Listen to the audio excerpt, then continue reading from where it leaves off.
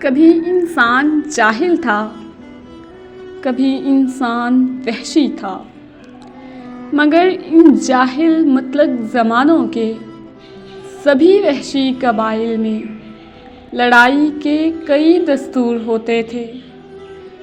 سنا ہے اپنے اپنے عہد کے چنگیز سروں کو کاٹ کر ان کے میناروں پر چھڑک کر تیل ان کو آگ لگواتے، پھر ان کے گرد رقص فتح بھی کرتے، مگر یہ سنگ دل سفاک اور ظالم قبائل بھی کسی مفتوح کے بچوں کو اکثر کچھ نہ کہتے تھے۔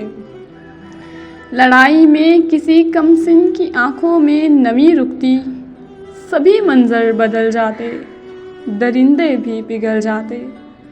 کبھی انسان وحشی تھا، مگر یہ جانتا تھا کہ جنگ قوت کی علامت ہے۔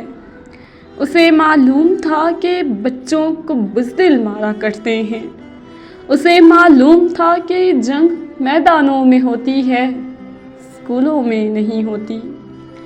میری آنکھوں میں پچھلے چند برسوں سے کوئی تصویر ٹھہری ہے، کئی معصوم بچوں کے لہو میں تر کتابیں، وردیاں، قلم بستے، ہواؤں میں گھلے کچھ موتیوں سے قیمتی آنسو، فضاؤں میں سسکتی بے بس و مجبور فریادیں، کسی انسان نما دجال کی حیوانیت پر رقص، پھر ابلیس کے مردہ چیلوں کا صدائے آفریں ابلیس کی، یارو مبارک ہو مبارک ہو۔